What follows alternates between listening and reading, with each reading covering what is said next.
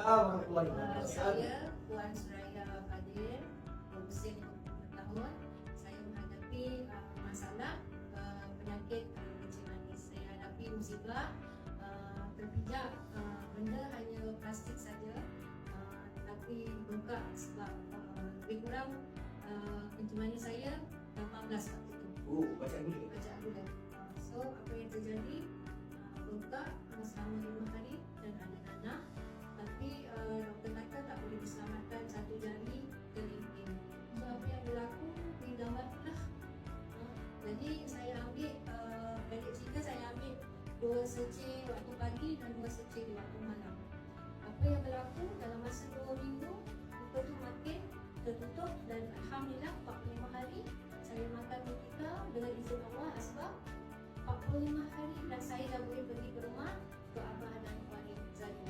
Alhamdulillah. Begitu luka tertutup. Muka tertutup dan boleh menari. Boleh menari bukan 45 hari tu masih ada luka. Dah sembuh sebenarnya. Dah kering kakak? Dah kering. Memang sangat bagus. Kalau siapa-siapa mempunyai masalah, maksudnya kalau kita ada radang ke apa, kita tambah lagi 3 secik pagi, 3 secik malam. Macam tu lah. Kita kena makan lagi. Kalau kita makan sakit, kita tak makan. Rugi sangat. Sebab dia ada 18 bahan dan ada juga teknologi yang cikgu cakap tadi tu memang betul. Dengan izin Allah saya sihat. The best part kan, daripada bacaan gula akak yang 18 tu, sekarang berapa kak? Akak sekarang doktor cakap tak perlu makan ubat kencing manis sebab ambil darah ternyata result dia 5 sebelum makan apa-apa 5 ke bawah, selepas makan 8 ke bawah, 10 ke bawah, tak ada naik. Kalau berusia 55 tahun ni 10 tu dah kira okey lah.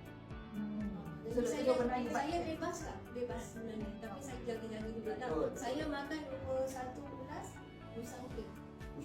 Alhamdulillah saya tak ada apa. Tapi selepas saya makan 21 biji. 21 bulan biji tu. 21 biji tu nampak.